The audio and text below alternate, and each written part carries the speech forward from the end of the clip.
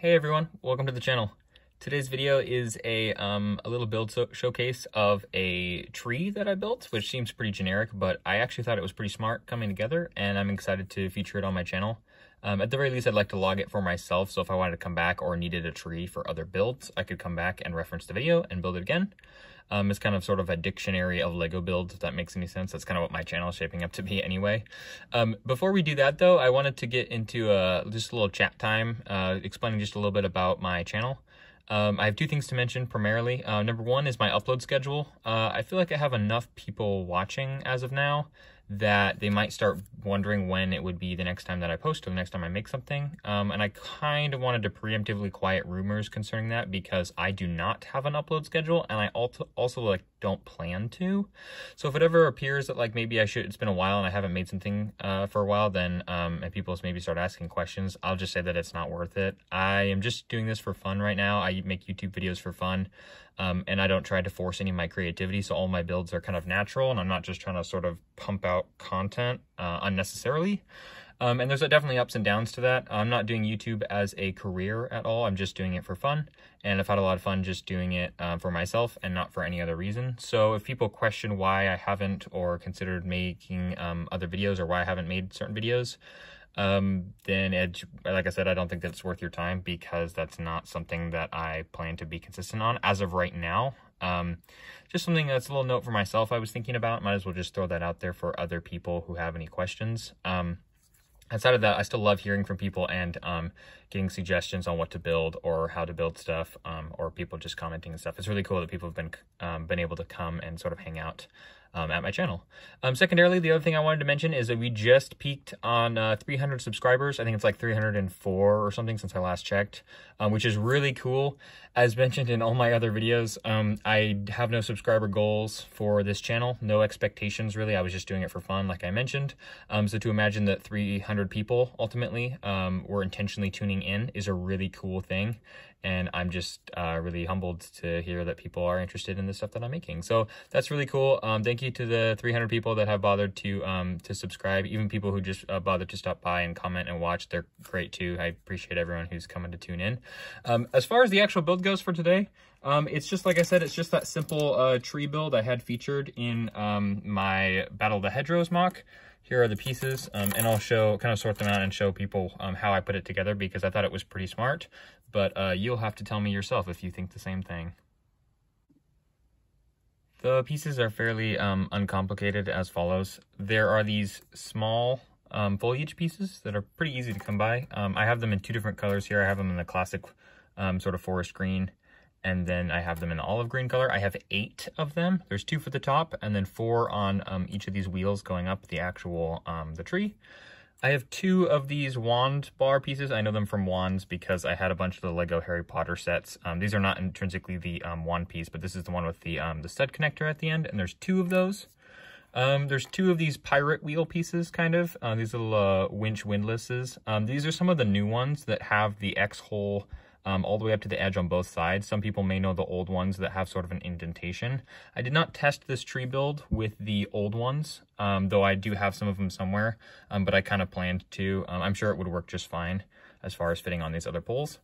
Then I have a generic 1x1 that's a cone piece at the top. All these pieces are in brown, naturally. This is an optional piece I added that's just a 2x2 that is a base plate. And then I have one of these Lego Ninjago handle pieces that has a T-pole at the top of it, and that's for the very top of the tree. So that's how the pieces go. The tree comes together fairly simply. It starts very easily with doing taking this piece, which is just the windlass piece, and then connecting the foliage bits on the ends of the arms facing upward. I quickly found out that that doesn't actually work, and you have to tilt them to the side. But if you take all of the pieces and you end up tilting them to the side, it actually makes a very nice sort of box shape, and I do them all in the same direction so they don't bump into each other. And it does that essentially. Now, like I said, they're a little too wide, so you can't put them straight up, but you can end up putting them kind of sideways, making sort of a flared box off the end of those. And I end up doing that twice. This is just the bits that cover the outside of the tree. This is sort of the main body, but it's pretty fantastic actually in the end result because you can pose the leaves, and it makes actually a couple different kinds of trees that are readily available from just one sort of generic build.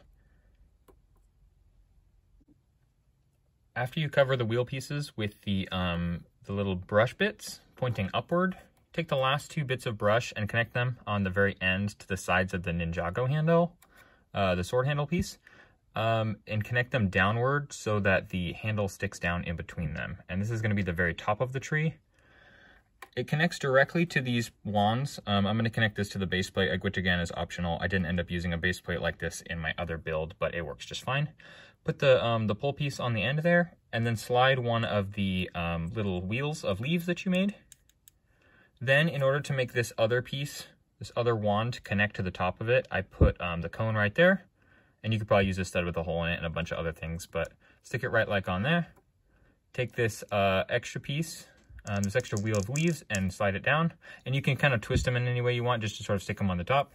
And then to make the last generic point, the end of the little handle here goes on the very top stem of the bar. I think it makes a very delightful tree. I personally am trying to get better at making foliage and designing plants, because I think that's quite a skill that it takes, like I said in the beginning of the video, to take something that is kind of a block shape and make it more organic.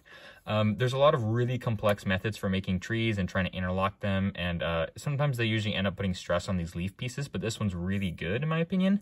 The wheel pieces can be adjusted both up and down on this tree to just be shifted around, and then you can also twist the leaves out if you'd prefer a wider tree.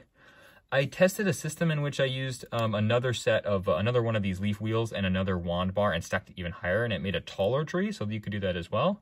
I think it was okay. I like this one a little bit better. You can also rotate these pieces around, or you could change the colors and stuff and make different seasonal trees and stuff.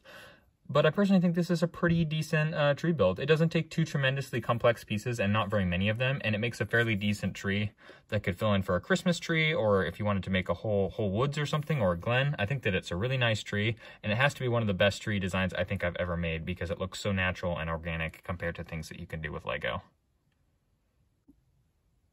That's all for this project. It really is that simple. I'm planning working on some new landscape projects for my YouTube channel as far as Lego goes, and I really wanted to log this tree here, and I'm hoping I can come across some more other nice tree and bush techniques to be able to sort of record and put down on my channel. But I'm excited for this one because I'd love to be able to reuse this and maybe make some more of them, maybe order some more pieces and make some more trees.